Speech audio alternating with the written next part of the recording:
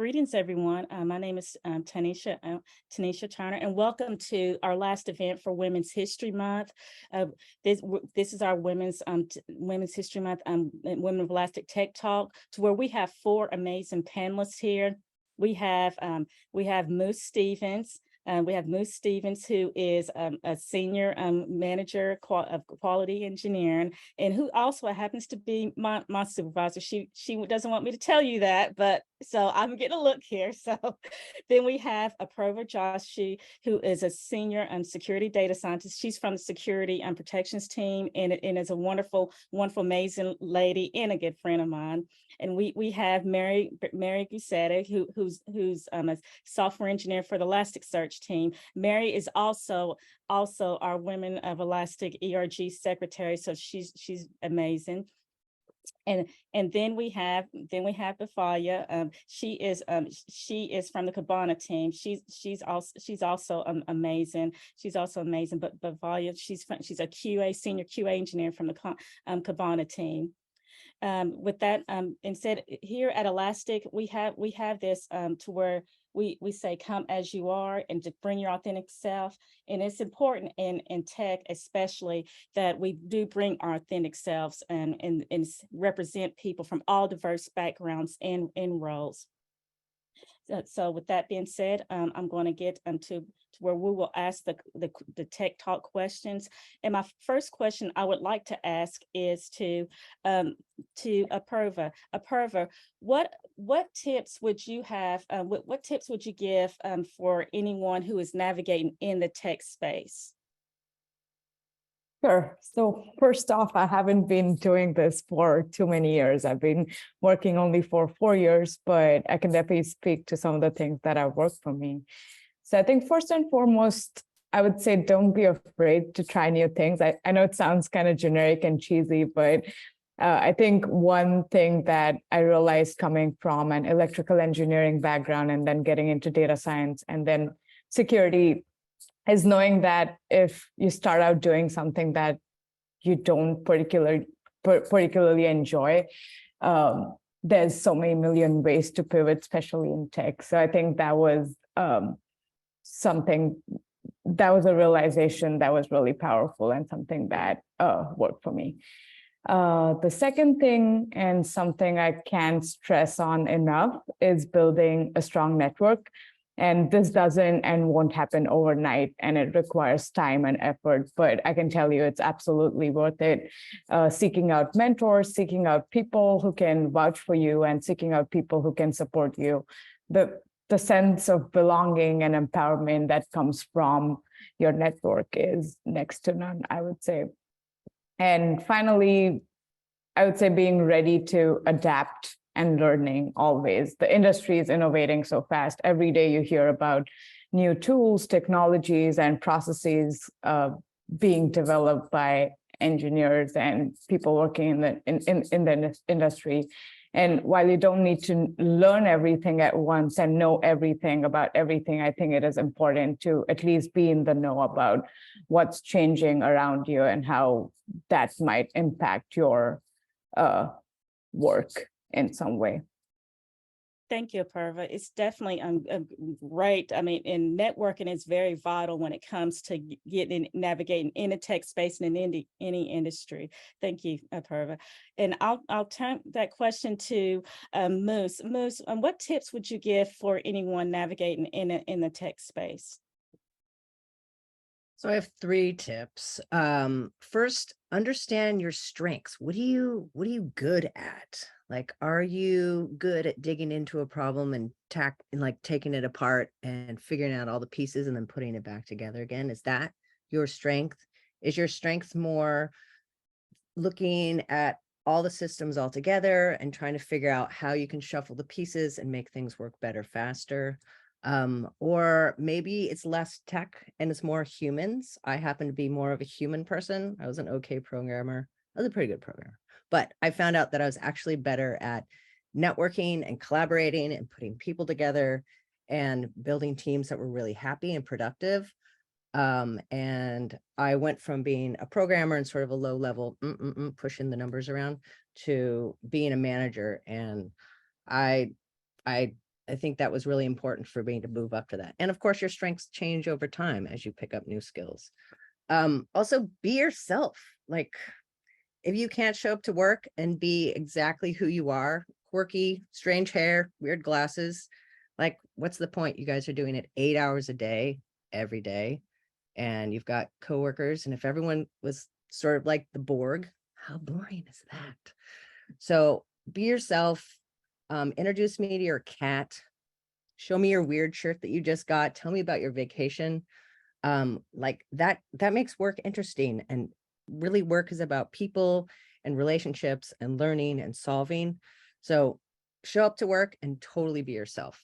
And the last, which is what Apoorva also said, which is humans and building relationships with humans. Again, like, it's so important to be able to go to one of your coworkers or reports and saying, can you explain that for me? Because I just did not get that. And have them describe it in a totally different way. And you're like, oh, now I get it. Like, without that, like, we can't all be successful here. So understand your strengths, be yourself, and humans. Wow, thank you, Moose. I mean, it is important that you do have that type of personality to where you can be yourself and you be comfortable with yourself. And when you're comfortable with yourself, then it makes your environment a lot easier and easier to navigate. Thank you, Moose. And I'll go to Mary, who is a software engineer and one of our Women of Elastic committee members and ERG secretaries. Mary, what tips would you give anyone navigating into the tech space? I'll just paraphrase a little bit of what was already said. For me, it's very important to surround myself with people that see the best in me, or at least give me the benefit of the doubt when we disagree. Because that will, as you said, we spend with these people 8 hours per day. I need them to be my allies, not my enemies. Second, to get to know ourselves. So we keep evolving, of course, but I like to treat myself as a project, starting in an environment where many people were different than me.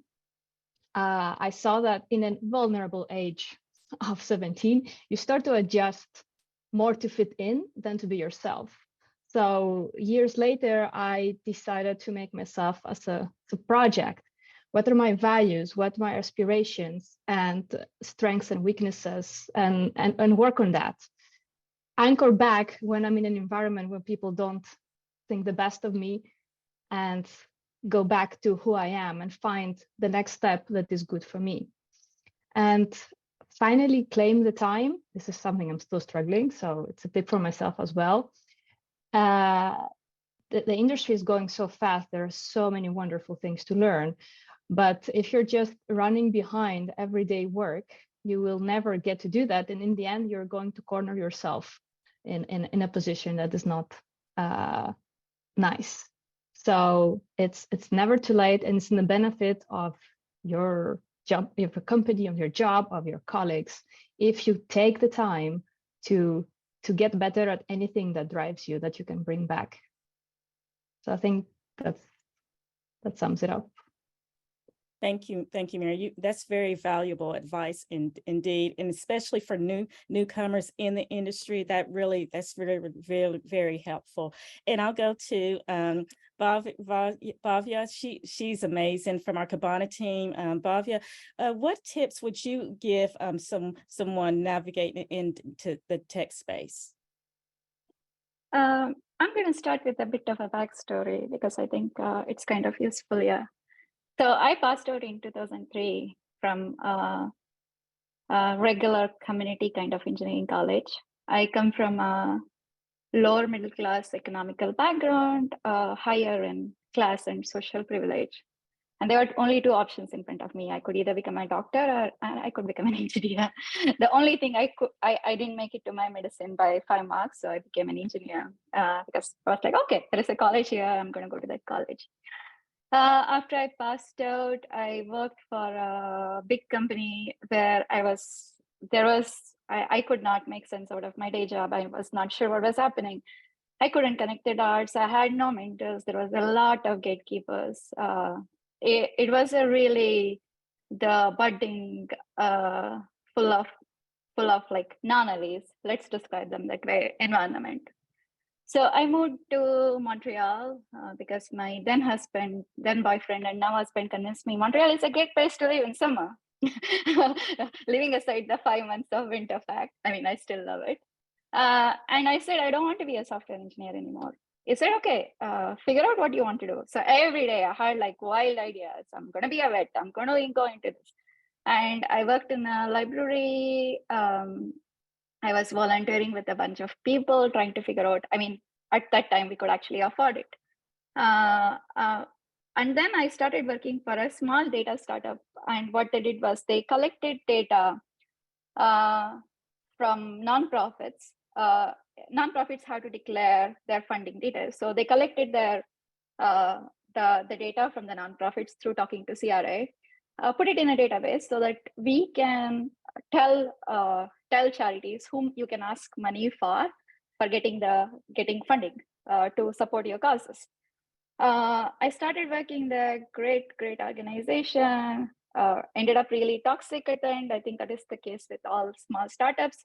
But while doing that, I built a small data processing unit in my hometown. And part of the job was I also had to QA, like I had to do quality assurance testing, which I really liked. I never had formal training. I never was in that role, and I don't want to talk about my BC software career, but I really liked the part of using a system and figuring out if it made sense to me or if it is making sense for an user. And then Elastic happened one day because a friend posted about it and said, hey, I know you have done some QA. Do you want to work for Elastic? I said, okay, I'm going to give it a try. And I had like 5 rounds of interview, and it's been 6 years now since I've been with Elastic. So I think the things which really helped me was there is this really awesome queer scholar called Sarah Ahmed. She defines this term called chrononormativity, where basically, you're supposed to follow a timeline, especially if you come from a conservative background of like whatever, really stepping outside of the timeline and being happy with my choices. That's what really helped me with where I am right now. Second, defining your own criteria for success, and it does not have to look like others. I mean, I remember when Delta was wreaking havoc. I mean, we are still in COVID, right? Wreaking havoc in India, we couldn't go home. And for 6 weeks, I could not sleep. I had to take something to sleep. It was so hard. I think breathing was hard. I would wake up with like anxiety attacks. So at that time, what success looked like to me was getting 6 hours of sleep and showing up at work. And that was okay. That was really okay for me. So I think that is really important. And there is a fair exchange of values. I have a strong work ethic that I built it over the years. I like to do a good job at my job, and I like to get paid fairly for it. Being surrounded by really kind, awesome people. I don't want to be working with unkind people. I can't do that. I've done it before, and I come from that baggage, and I can't do that. So yeah, that's it. Thank you, Bhavya. And it's important. It's important to have that type of criteria that you're seeking. So thank you for that. I'm gonna go into my next question that I want, and this is more role specific because we have a panelist here of individuals who have various roles and backgrounds. I want to go to Moose. Moose. What tips and what guidance would you give for advice on how to succeed in a tech role such as in your case, such as a management role, or if anybody who wants to go into a tech role that goes into like a management role? So I think that when you move into management, you have to understand that you're going to screw it up. You're just going to screw it up. And like, I made a whole lot of mistakes in the beginning trying to be a manager, and I was lucky in that I had folks who were older than me or more experienced than me. And even my direct reports come and say, hey, actually, that's not cool. You actually shouldn't be doing And learning and being like, okay, that's great feedback. I'm not going to do that anymore. I'm not going to try to micromanage your time because that is hard and nobody likes it. And, you know, being really vulnerable and asking reports on a regular basis, like during 360 reviews, like, what can I be doing better? How can I relate to you better? How can I have better conversations with you? Again, it comes back to human relationships, right? Like trying to build rapport with your team, and having relationships. Also, say yes to new ideas, say yes to new technology. Like Apoorva said, the technology changes so quickly. Stay on top of it. Read, you know, hacker news articles, try to figure out what the kid next door is working on. You know, I started out programming in COBOL and Java, like, and C++. It's not used very much anymore, but there's all sorts of new languages out there. I can't even keep track of them all. So say yes, be curious, ask your team, like, what are you working on? What tools you want to work on? You know, like, let's try out this new one right here and see if it's going to be a good fit. Oh, it's not? Okay, let's try again, something else. Also understand, like, tech isn't just one little piece of technology that works in isolation. It's about systems and communication between those systems. They all interact in these really complex, interesting ways. I had a lot of folks come in either from hacker camps or dev camps, or fresh out of university. And while they had learned a nice slice of, hey, I can build a web page with a database that did all these things, they didn't understand that there was a greater network of systems that all interacted and played into each other. So ask your coworkers, can you draw this out on a whiteboard? Do we use whiteboards anymore? Draw this out for me. How does this talk to this? And why do we need to use this tool and that tool? And what's important about security? And what's important about, you know, change management? And why do we track things in tickets? Because things continually change, but you really want to understand how it all works together. Yeah, so fail, know you're going to fail, celebrate your failures because they're going to happen eventually. Say yes and understand that tech is about a bigger conglomeration of systems. Thank you, Moose. Especially now with all the different various languages and technologies, and now we have open AI. Tech is continually evolving. So you're correct. I mean, it is best to seek advice and reach out to others, because we all have different expertise and experiences that we can share with one another. No one can be a jack of all trades. So thank you, Moose, for that. I'll pose this question to Mary, being a software engineer, what tips would you give for anyone on how to succeed in that particular role as a software engineer? So first of all, follow your heart. Like if this is something you really want to do, then definitely try. And if it feels hard, or if you fail, or if you need help, everything is normal.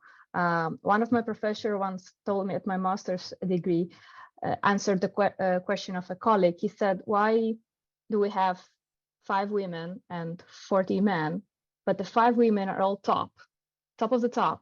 Well, for the 40 men, we have all kinds of levels. And he answered, because probably they have to stick through it. Yeah, nobody will encourage them. You know, you find it hard? That's okay. Let's try a little bit more.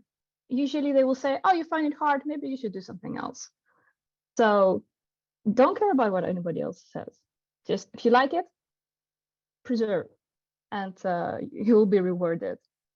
The other thing is capitalizing on your strengths. I don't think there's a typical engineer profile anymore. There are so many things that different diverse people can offer. So that is great. On the other hand, don't let it corner you. So I was really, I'm really responsible person. So I was like reacting to all possible incidents in my previous job.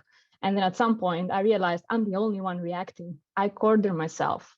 So your strengths, teach them to the rest. let all of us share our strengths and weaknesses, and then we become a great team, and you have the space to be flexible to find what else you like. Finally, take credit for what you have accomplished so far.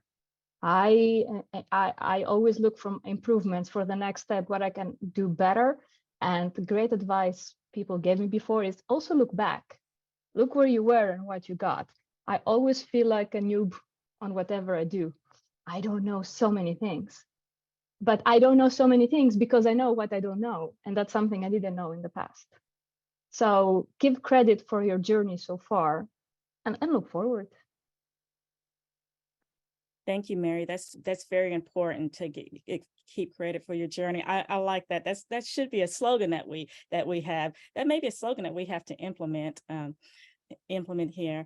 And I'm gonna take this question to Bhavya. Bhavya, it's especially being in QA engineering and on the Kibana team. What advice would you give on someone who wants to pursue that role, the tech role, especially in QA engineering? I would say curiosity. You really have to be curious. Sometimes I call myself a cat because you really have to plug and play with different systems to see if they work or if they're breaking. Can you just move it off? So curiosity would be number one criteria for this role. And I test the stack as a user, and Elasticsearch has so many incredible user stories. So plugging in different kind of data sets into my stack really helps me to see like all the different use cases, and you go like, whoa, because when we are doing automation, we might have like a set of sample data with which we test with, but plugging in that extra data is really, really helpful. Learning, I mean, every day tech is like amazing, but it's also terrifying. So learning every day, making sure that you're keeping track of where you are and where you're going. That is really, really helpful. And talking about your work, as Mary mentioned, it's really hard. I just logged 1,000 issue on Kibana repo, and I said, you're going to mark it in some ways. And that was it. But at the same time, I can easily see the part of myself telling, oh, there was nothing, it's just issues, but it is not. I did spend my considerable amount of time here, and I did the work. So it's important to mark that. And talking to your manager about career development, where do you want to go? If you want to learn more automation, and really picking time to learn it and sticking with it. That's really important. Plus, having a network of supportive colleagues, having friends with whom you can exchange ideas, ask for help. Yeah, I think that would be really helpful. Thank you, Bhavya. I mean, and it's great to have that support network from your colleagues and from your management, especially in tech roles. And tech roles is a lot of people who want to maybe navigate and become into leadership roles. That helps with leadership development. So thank you for that, Bhavya. And I'll turn this question to Apoorva. Apoorva, who's actually a security data scientist. Apoorva, what advice would you give on anyone who wants to navigate in that tech role, who wants to become, especially in your case, a security data scientist? What advice would you give?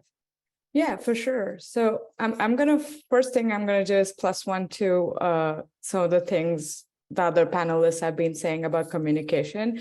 But I think communication in terms of being able to communicate things that you find and you're working on to stakeholders that might not fully understand the subject matter that you're working on. So I'm pretty sure QA has some jargon that me as a data scientist or someone as a product manager might not understand. So one of the most important skills I had to learn as a data scientist specifically is being able to communicate mathematical or statistical findings to product and engineering stakeholders. I think it's really important to learn that skill. Then also realizing that you aren't always going to be working on the thing that your title says. So like if my title says senior data scientist, I'm not always going to be working on cutting edge research and building like the coolest models that I'm going to put into production in a week. That doesn't happen. You'll be expected to pick up skills and work on tasks that you might not necessarily like, but that's what the product and application might need at that moment. And you'll be expected to deliver. So I think it's important to recognize that to avoid frustration. And I wish someone had told me that sooner, but it's never too late. So now I know. And I think the last thing, working at the intersection of a niche field like security, is working with subject matter and domain experts. So I might be the data science expert in the room, but to be able to ship something that's actually successful and actually matters to our users, it's important to know the nuances and problems and limitations of the field itself. And that's something that these domain and subject matter experts are going to provide. So yeah, doing that is important. Thank you, Apoorva. And that's really important that you pointed out, as far as that in your, even though your role may be data scientist, or your role in Moose's case may be senior manager, or as Mary, software engineering, and Bhavya, QA engineer, you're not going to always be restricted and have duties to that role. You may do something differently, and it's better, and having a cross-functional team communication and working with that effectively is going to be key to that. And especially when we're building a product for our users, we have to understand all the different nuances. So thank you for pointing that out. Great questions, and great questions and answers to these questions, and I appreciate everyone. Okay, our last question I want to pose, and I'll turn this to you, Mary. As in honor of Women's History Month as well, as women, and especially as women in tech space, we have had, there's a lot of barriers to overcome. What types of barriers have you had to overcome in the tech space, and how did you handle them?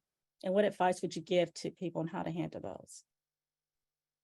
So one thing is about fitting in. As I said, it took me a while to find myself, and unfortunately, I allowed other people to define who I am, and then I got very confused. That I get people saying like this, but I thought I was like that. So it took a really big. So let me rephrase. I'm Greek, and I tend to be on the emotional side. So I moved to another culture, another country. So I toned it down a bit because people were saying I was too emotional. At some point in life, somebody came back to me and told me I'm a robot. There are people that are sensitive and emotional, and I have to facilitate for that. And I was like, are you damn kidding me? I adjusted to work, and now, of course, when you are not true to yourself, they had a point. I was frozen in order to not let all the emotion come out and move the hands and so on. So it's easier if you show yourself, to have the kind of manual, I am like that. Don't take it personally. Or sometimes I might shout to the world to express tension, but I'm not shouting at you. So things like that can help all of us that we're different. Some people need a moment of silence before they respond in stressful situations.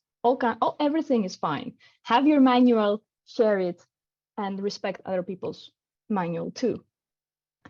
The other thing is really about thinking the best of others and giving the benefit of the doubt. If something hurt you, of course, mention it. Don't let things remain on the background, but don't think that there's a malice behind it. One of my favorite stories is I was pregnant. I didn't know it yet. And I had one teammate that during the 9 months of pregnancy, he would get me really worked up, even if we are really, really good friends. The first time that I shouted at him, this time, not near him, his answer was, "Mary, are you okay? You're behaving weirdly." Not, why are you being like this? Why are you shut? He was like, are you okay? There's something off about you today. I cannot say how much I appreciated that. So this makes a whole new difference. Other challenges and barriers, asking for help and comparing myself to others. I would see somebody and say, I want to be him. Usually it was him or her. But I cannot, without thinking, what did it take them to come to this point?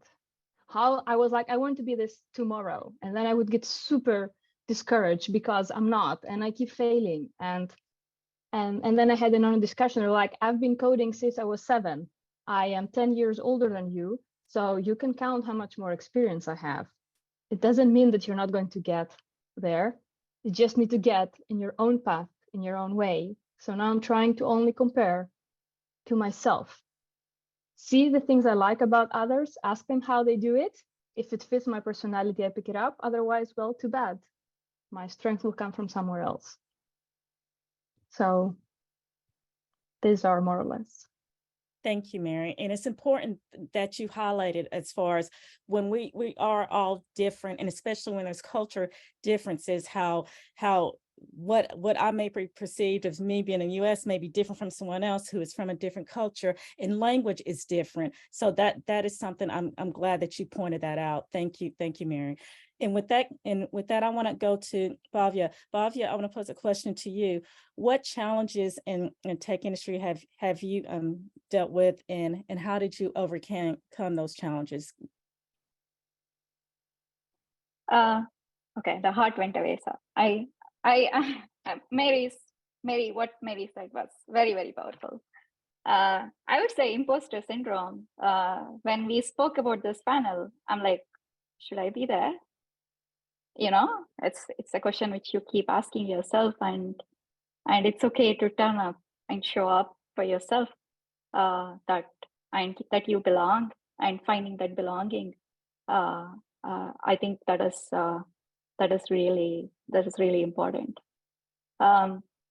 It takes some work, some introspection. For me, reading literature helped a lot. Literature from other oppressed groups. It really helped me in finding out where I'm going and where I am, and did I belong in this space today?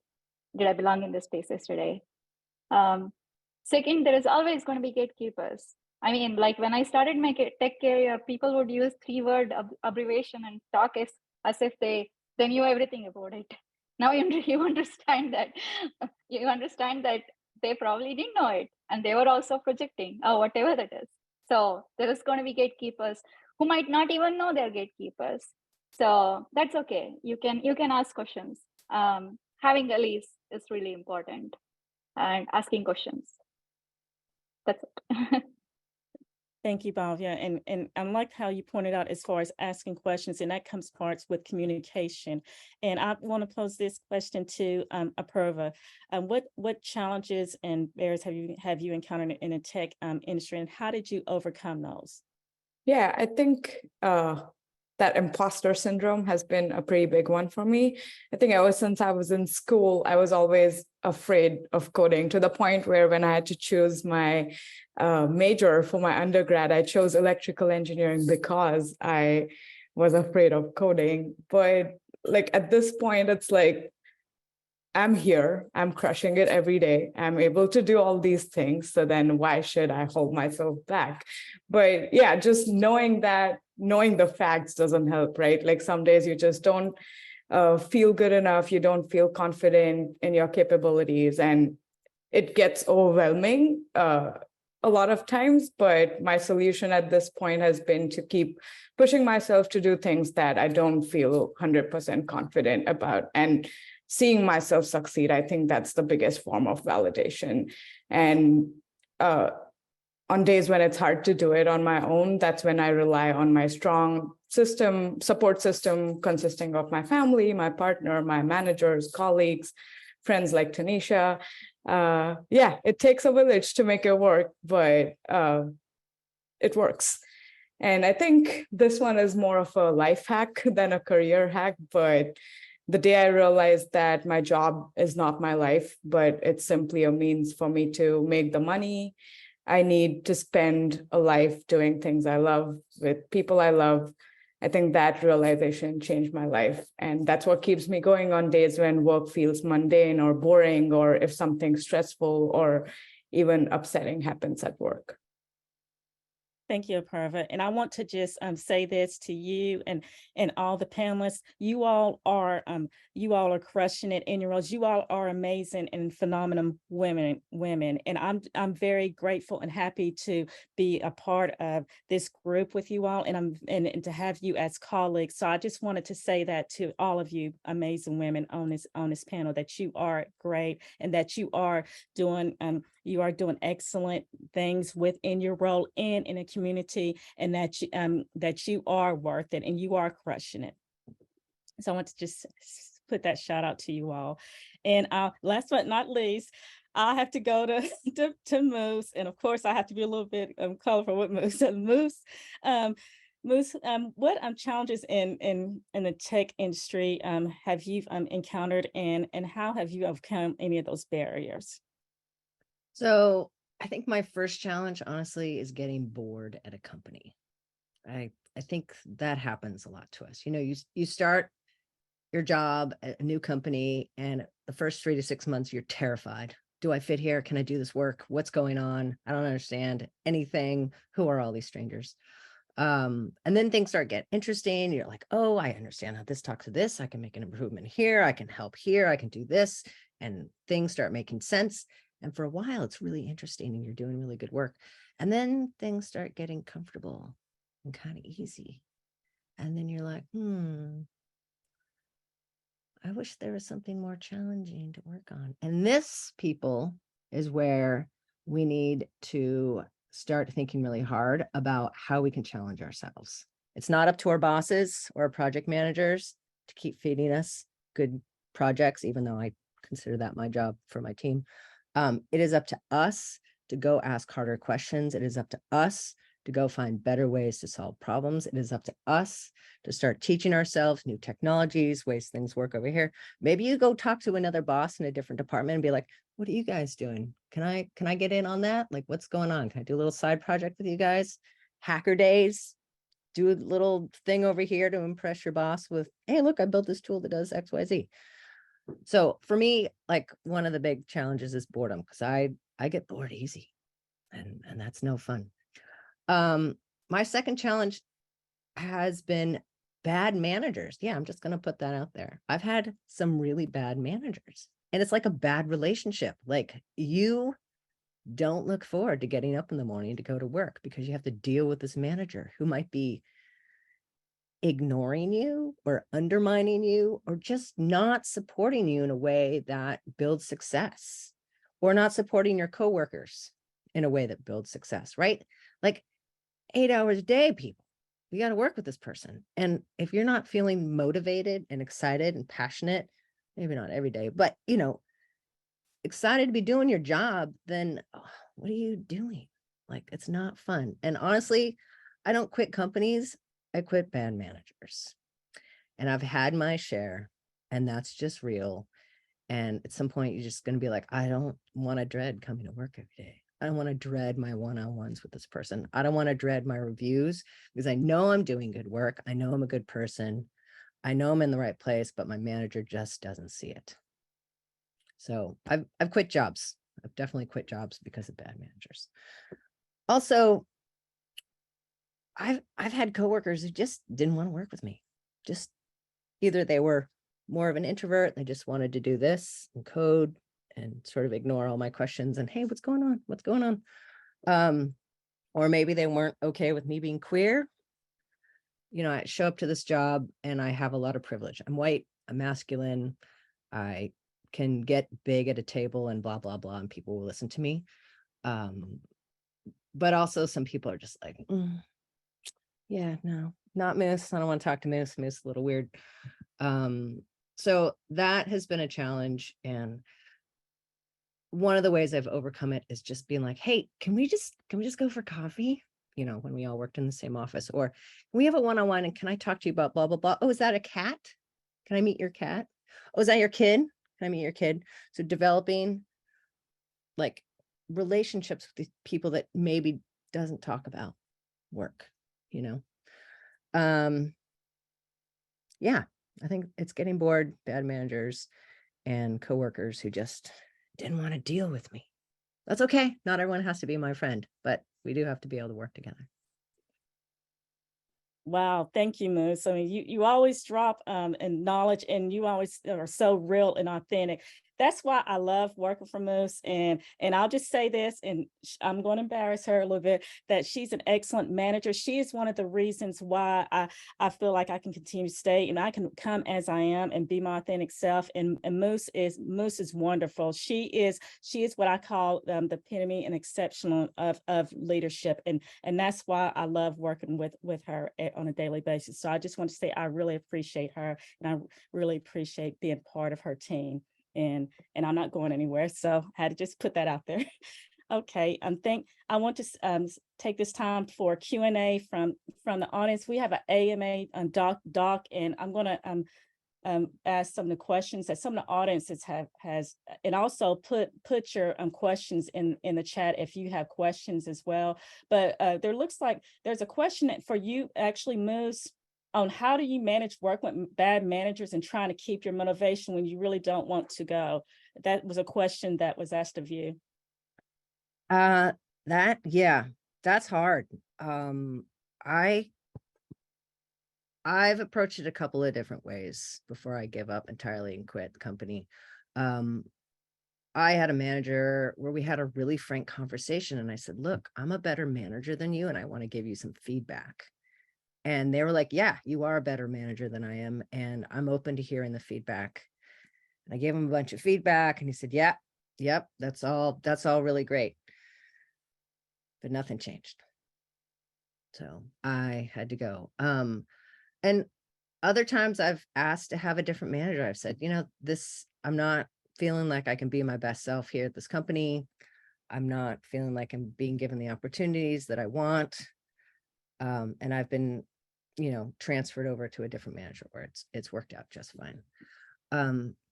But sometimes, you guys, it's like being in a bad relationship. You don't. It's not worth your time. It's not worth your energy. It's not worth the soul-sucking boredom that happens. Just leave. There are so many opportunities out there for us. We're all amazing engineers. We can all do great things out in the world. Just don't stay. Don't network, talk to your friends, figure out a different job. Thank you, Moose. And thank you so much for being so raw and real and giving us 100% authentic answers. I appreciate you so much. I do have, there's another question, and I could pose this to anybody. I'll probably pose this to Apoorva or whoever wants to chime in. How do you manage the disparate responses to your ideas or your expertise as often experienced by women? Example is like men are often encouraged and seen as passionate versus when women share, we are often labeled as emotional or challenging authority. So how do you deal with that? How do you manage that? I don't.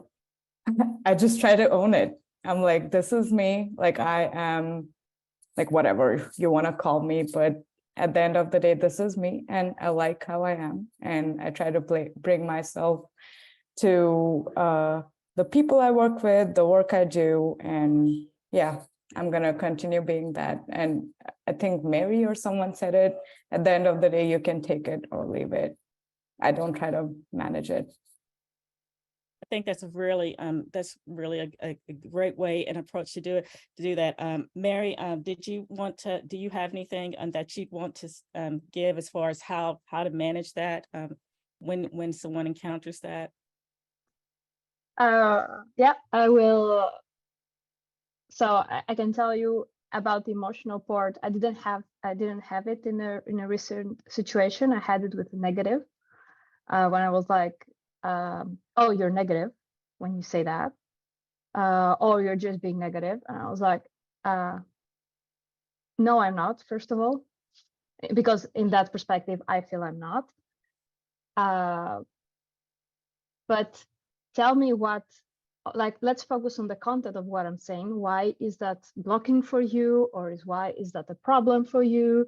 And let's go on that level. Don't label me, because then you will translate everything the way you want. And about the emotional part, if I would get that now, I would say, is whatever this is, apart from I am like this and I own it, am I making you uncomfortable in some way? For example, are you comfortable with a raised voice? That's something I have with my partner a lot.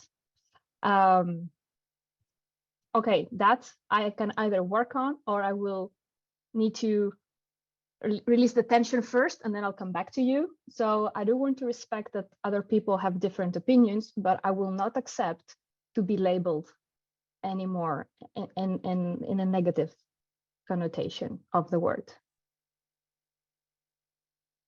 Thank you, Mary. There was one question, and I'm going to rephrase this, and this could be for anyone. A question that one of the audience members asked is, how do you work with individuals who, because they may say, for instance, someone where English may not be their first language, how do you work with them if you are not understanding them very well? I believe that's just a difference, and that's the difference in communication. But I want to pose this up to either whoever wants to answer this. Who would like to answer this on what's the best way to deal with that as far as in communication? Sorry. Why don't you go and then I'll go? I have a good answer for it. Okay. I try to ask them kindly to explain it. And I'll tell them that there is a communication barrier. And especially when we are working remote, I try to go on Zooms and have a face-to-face conversation where I can actually see the person and their face and see, is this what they are intending to communicate? That would be my solution for, I mean, that's worked for me for Elastic.